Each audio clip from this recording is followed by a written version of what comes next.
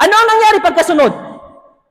Qala lahu sahibuhu wa huwa yuhawiruhu, akafarta billadhi khalaqaka min turabin thumma min nutfah thumma sawwaka rajula. Sabi nung kapatid niya na mu'min, akafarta billadhi khalaqaka min turab. Sabi niya, hindi mo ba paniniwalaan ng Allah na lumikha sa iyo? Lumikha sa akin, lumikha sa iyo. Lumikha sa iyo mula sa simedya.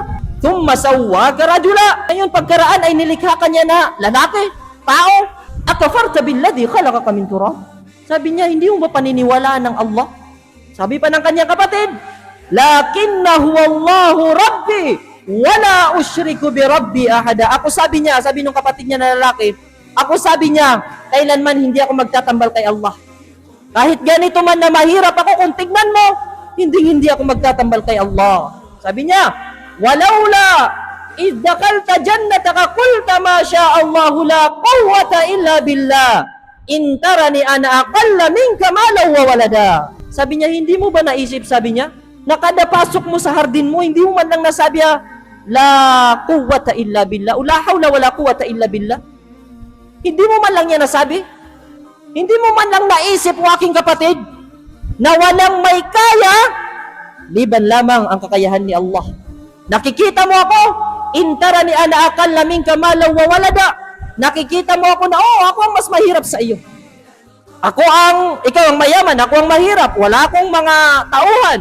Ikaw ang merong tauhan, Pero ang may kaya nito ay si Allah subhanahu wa ta'ala. Hindi ka ba natatakot, o aking kapatid?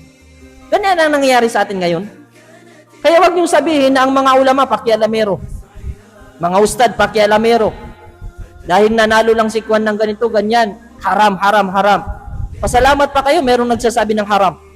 Dahil kung walang nagsasabi ng haram, lahat tayo maliligaw. Wallahi summa wallah. Kung walang nagsasabi ng haram, lahat tayo maliligaw. Ganon sa magkapatid na yon. Yung kapatid na mu'min, ay binibigyan niya ng wasiya yung kanyang kapatid. Sabi niya, hindi ka ba natatakot? Na baka kunin na lang bigla sa iyo ito ng Allah subhanahu wa ta'ala? La quwwata illa billah.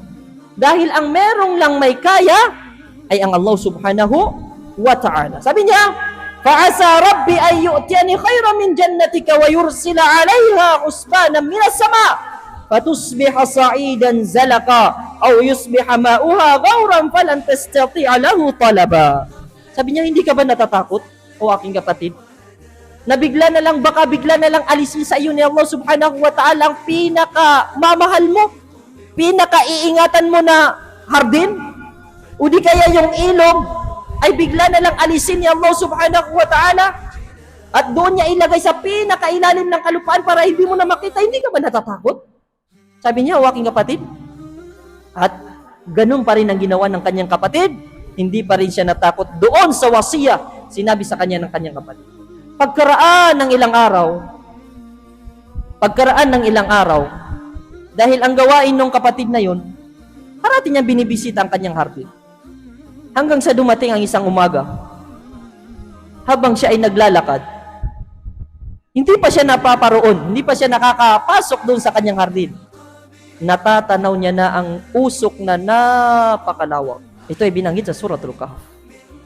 Usok na napakalawak. Nagulat siya. Dahil yung usok na yon ay mula sa kanyang hardin. Subhanallah. Sa sobrang lakas ng sunog doon sa hardin niya, hindi niya na may malapitan. Ganyan ang binigay sa kanya ni Allah subhanahu wa ta'ala na parusa.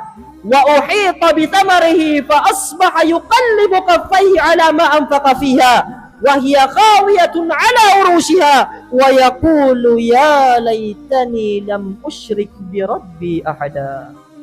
Wa yaqulu ya laitani lam ushrik bi rabbi ahada. Nung mangyari yun sa kanya, na nakikita niya na nasusunog yung kanyang hardin, wala na, natupok na. Wa yaqulu ya laitani lam ushrik bi rabbi ahada. Doon pa lang siya nagsisi. Ya Allah, sana pala hindi na lang ako nagtambal sa iyo. Ya Allah, sana hindi na lang ako nagshirk. Ganyan ang tabiat ng insan. Ganyan ang tabiat ng mga tao. Na kung saan, tsaka lang siya magsisisi kapag alam niya na sa kanyang buhay na malapit na siyang mamatay. Subhanallah. Alisin natin ang ganitong katangian. Alisin natin ang ganitong katangian? Dahil nakakatakot. Nakakatakot na kung kailan malapit ka ng mamatay, dun mo palang maaalala ang Allah. Na kung kailan malakas ka, kaya mo pang magtakbir, kaya mo pang magsala ng nakatayo, hindi mo naaalala ang Allah. At kung kailan nakatungkod ka na lang, nakahiga ka na lang, tsaka mo palang naaalala ang Allah, alisin natin ang ganitong katangian. Dahil ito'y nakakatakot na katangian na alipin ni Allah. Kung kailan malakas ka, ipagsisihan mo ang mga nagawa mong masama at sambahin mo si Allah subhanahu wa ta'ala.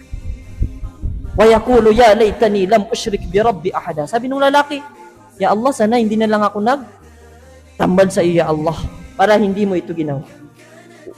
Sabi niya pa, walam takul lahu fi'atu yansurunahu min dunillah wa ma kana muntasira hunalika alwalayatu lillahi alhaqq huwa khairun thawaban wa khairun uqba. Ito ay parusa sa kanya ni Allah subhanahu wa ta'ala. At walang makakatulong sa kanya. Walang makakatulong sa kanya sa tao na yun. Yun ay parusa ni Allah subhanahu wa ta'ala. Dahil ang Allah subhanahu wa ta'ala, nakikita niya ang lahat ng kanyang mga alipin. Kung ano ang ginagawa mo, alipin ni Allah subhanahu wa ta'ala, nakikita ka ni alipin ni Allah subhanahu wa ta'ala. Yung mga alipin ni Allah, ano ang kabilang sa mapupulot natin na aral sa kissa, sa kwento na ito na binanggit ni Allah subhanahu wa ta'ala sa suratul Kahf? Huwag tayong malinlang sa makamundong bagay. Hindi naman haram na magnegosyo, magkalakaran ka. Hindi yun haram. Sinabi pa ng Allah subhanahu wa ta'ala, wala tansa nasibaka minad dunya.